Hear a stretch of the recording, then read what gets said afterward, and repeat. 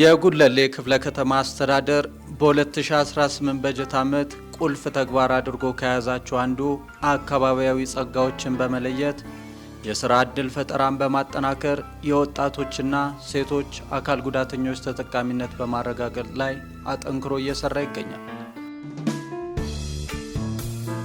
አስተዳደሩ ለ375 ሥራ ፈላጊዎችና ለ168 ኢንተርፕራይዞች ያለምንም አድሎ ከእጅ መንሻ በጸዳ መልኩ በፍትሃዊ የሀብት ክፍፍል የመስሪያ ቦታዎችን እድለኛ ለሆኑ ተጠቃሚ ወጣቶች፣ ሴቶችና አካል ጉዳተኞች ማስተላለፍ መቻሉን በፕሮግራማችን ማሳየት ወደድን። ተከታተሉ።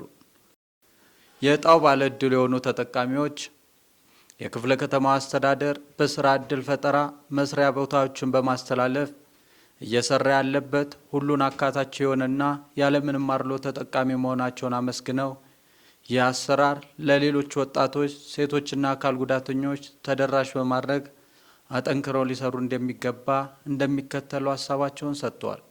የተደራጀንበት በሻወር ነው። ከዚህ በፊት ስራዎች አልነበሩንም ረጅም ጊዜ።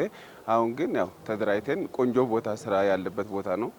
ስለዚህ ሰርተን ለመለወጥ ደስ ብሎኛል። ዛሬ ስለደረሰኝ በጣም ስከታተል ነበርኩና ሁሉም ሰዎች እየተደሰቱ ነው እጣውን እያነሱ ሄዱትና በጣም ፍትሃዊ ሁሉም ሰዎች ደስ ያለው ማለት ያለ ምንም ድሎት ማለት ነው። አንዱን እንትን ሳይል እኩል እጣውን እያነሱ ነው የሄዱት። ማንም ፍትሃዊ ሆኖ እንደዚህ የጉለሌ ክፍለ ከተማ ኖሮበት ትልቅ ሰዎች ተገኝቶበት እጣ የሚሰጥበት የለም። ሁሉም በጀርባ ያልቃል። ማንም መጥቶ ሲገባበት ነው የሚታየው እና አሁን ያ ነገር የለም። ብዙ ስራ አጦች አሉ። ስለዚህ ጉለሌ ክፍለ ከተማ በዚህ ጉዳይ ላይ በጣም እየሰራ ነው። ብዙ ጊዜ ሲናገር ሰማለሁ እና አሁንም በዚህ ላይ በጣም መሰራት አለበት። ስራም ከጀመረው በኋላ ደግሞ ሄዶ መከታተል ያስፈልጋል። ያን ነገር ማበረታቻ አንዳንድ ነገሮችን ማየት ያስፈልጋል። ብዙ ስራ ያጡ ሰዎች አሉ። አሁንም እንደዚህ ፍትሃዊ የሆነ ነገር ብሰራ መልካም ነው፣ ጥሩ ነው። በዚህ ቀጥሎ ማለት ፈልጋለሁ። ከዚህ በኋላ ከ5 ዓመት በኋላ ለሌላ ሰዎች እድል ፈጥሬ 5 ዓመት ሳይሆን ቅርብ ጊዜ እስከ 3 ዓመት ራሳችን ለውጠን ትልቅ ቦታ እንደርሳለን። እኔ ይሄን እጣ እንዳነሳሁት ይሄን ብር እንደሰራን እየቆጠብን ራሳችን አሪያ ሆነን እንገኛለን እያልን ነው አብረን የወጣ ነውና እኛ 4 ነን የተደራጀ ነው። ስለዚህ ቅርብ ጊዜ ጠብቁ። በጣም ደስ ብሎኛል እውነት። ባሁኑ ነው ይሄው እንግዲህ ከጓዳ ወጣው ነው የምለው። ብዙ ጊዜ እንደውም ውጭም አላየው ምን ማለት ይሄ መንግስት ከመጣ አሁን በጣም በቃ እንዴት ብዬ እንደምናገር ልጆች አሳዳጊ ነኝ እና በቃ ደስ ብሎኛል። በቃ መናገሩ አቃተኝ። ደስታ ነው የሚያስለቅሰኝ እውነት። እዚህ ላይ ደርሳለሁ ብዬ አላሰብኩም ነበረ እና መንግስትም እድሜና ጤና ይስጠው ነው የምለው። እኔ ሌላ የምናገረው ነገር የለኝም፣ ቃላት ያጥረኛል። እንደኔ መውጣት አለባቸው ብዬ የሚሉ ብዙ ሴቶች አሉ። አስተማሪ ሆናለሁ በቃ እንደሚቻል ማለት ነው። በአደባባይ ነው እጣውም የደረሰው። እንደዚህ አይነት ነገር የጎን ስራ የለም ምን የለም። እንግዲህ በፊት ለፊት በህዝብ ፊት ነው የደረሰን ሁሉ ነገር እና በጣም ደስ ይላል። እኩልነት ነው ሁሉ ነገር ያደረጉን። በጣም ደስ ይላል። እንግዲህ ተለውጬ ያው እንዳልኳቸው አሁን ማህበረሰብን በጣም በቃ አስተማሪ ሆኜ እገኛለሁ። እኔም እንደዚህ በቃ እንደሚቻል ማለት ነው። የጉለሌ ክፍለ ከተማ የመስሪያ ቦታዎችና ልማት አስተዳደር ጽሕፈት ቤት ኃላፊ አቶ አብርሃም አያሌው እንደተናገሩት መስሪያ ቤቱ የተቋቋመበትን ዓላማ ከግብ ለማድረስ መመሪያን መሰረት በማድረግ ሰፊ ስራዎችን መስራታቸውን ገልጸው የዜጎችን ተጠቃሚነት ለማረጋገጥ በተለያዩ ጊዜያት የመስሪያ ቦታ ሼዶችን በፍትሃዊነት ማስተላለፍ መቻሉን ተናግረዋል። የሼድ አስተዳደር በተለይም ደግሞ የተቋቋመለት ዋናው ዓላማ ፍትሃዊ የሆነ የሀብት ክፍፍል እንዲኖር ከዛ ባሻገርም ደግሞ የወጣቶችንና የሴቶችን የአካል ጉዳተኞችን እና የተለያዩ ማህበራዊ ችግር ያለባቸው በተለይም ደግሞ ከአረብ ሀገር የተመለሱ እንደዚሁም ደግሞ በጣም ስራ ፈላጊዎችን በየደረጃው የተመለመሉ የመጡትን እነሱን የማስተላለፍ ይሄን ሂደት የሚከተለው ራሱን የቻለ የስራ ክህሎት ቢሆንም ነገር ግን ከኛ አኳያ ምንድነው ማድረግ ያለብን የሚለውን ከኛ ጽሕፈት ቤት የተወሰነ ለማቅረብ ነው። እንግዲህ የመጀመሪያው የኛ መስሪያ ቦታዎች አንዱ መስሪያ ቦታውን በጣም ለተጠቃሚዎች ለስራ ፈላጊዎች ምቹ ማድረግ ነው። ከዚህ አኳያ ምቹ ማድረግ በተለይ መሰረተ ልማት ማሟላት ያስፈልጋል። የውሃ የመብራት የተለያዩ እነሱን ደረጃውን የጠበቀ ማድረግ ያስፈልጋል። ከዛ ባሻገርም ደግሞ ይህንን እያደረግን ካለን በተለይ አሰራሩን ተከትሎ ህጋዊነቱን ተከትሎ ለሚመጣ ዜጎች እንዳያችሁት በግልጽ ወይም ደግሞ ባለድርሻ አካላት ባሉበት ሌላውም ተሳታፊ ባለበት በእጣ የማስተላለፍ ስራ ነው የምንሰራው።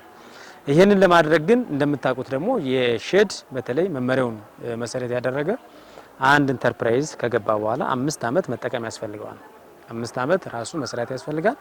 ለሶስተኛ ወገን ማስተላለፍ አይችልም፣ ወደ ላይ ማድረግ አይችልም። ራሱ መስራት ያስፈልጋል። በሰለጠነበት ሙያ ላይ በሰለጠነበት የስራ ዘርፍ ላይ ራሱ መስራት ያስፈልጋል። 5 አመቱን ሲያጠናቅቅ በአሰራሩ መሰረት ማስረከብ ያስፈልጋል ማለት። አንዳንዶች በራሳቸው በጣም ደስ የሚለው ነገር በጣም እናመሰግናለን ብለው ለሚቀጥለው ወጣት ደግሞ ማስረከብ መቻል አለብን፣ ሌላው ወጣት ደግሞ መስራት መቻል ያስፈልጋል የሚለውን ነገር በራሳቸው የሚያስረክቡ አሉ። አንዳንዶችን ደግሞ እንደተባለው ደግሞ እኛም እያስለቀቅናቸው ለወጣቶች በዛሬው ዕለት ለማስረከብ ሞክረናል ማለት ነው። የዛሬው ሂደቱን በምናይበት ሰዓት ላይ በየደረጃው ተመልምለው በየደረጃው አጠቃላይ ጨርሰው የመጡ ናቸው።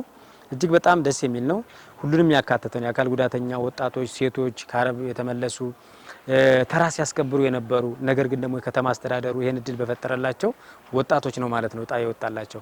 በእነዚህ በሁሉም ሳይት ላይ እነዚህ ሳይቶችን መጀመሪያ ቼክ በማድረግ የመሰረተ ልማት ተሟልቶላቸዋል አልተሟላም፣ ምን ችግር አለበት የሚለው ከዳ ነጻ እያንዳንዱ ነገር ቼክ አድርገን ነው ዛሬ ያስረከብናቸው።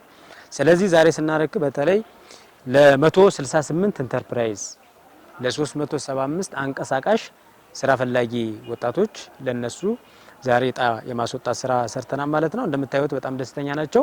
ፊታዊ ነው ሰው የድሉን ነው እንትን የሚለው በሁሉም ባሉን በ10ሩም ወረዳዎች ላይ ባሉን የጸጋዎች ነው እያስገባን ያለና አንዳንድ አካባቢዎች ላይ አሁንም ደግሞ የሚጎሉ ነገሮች ላይ ካሉ ቼክ እየተደረገ የትስስር የገበያ ትስስር እንዲፈጠርላቸው የማምረታቸውን አቅም ጭምር ከፍ እያደረጉ እንዲሄዱ የማገዝ ስራም እኛም እንሰራለን። በቀጣይ የእድሉ ተጠቃሚ የሆኑ ወጣቶች ውጤታማ እንዲሆኑ የሼዶችን መሰረተ ልማት ምቹነት ማረጋገጥ፣ ብድር የማመቻቸትና ሌሎች የድጋፍ ክትትል ስራዎችን ከሌሎች ተቋማት ጋር በቅንጅት በመስራት የዜጎችን ተጠቃሚነት ማረጋገጥ ላይ አጠንክረው እንደሚሰሩ ገልጸዋል።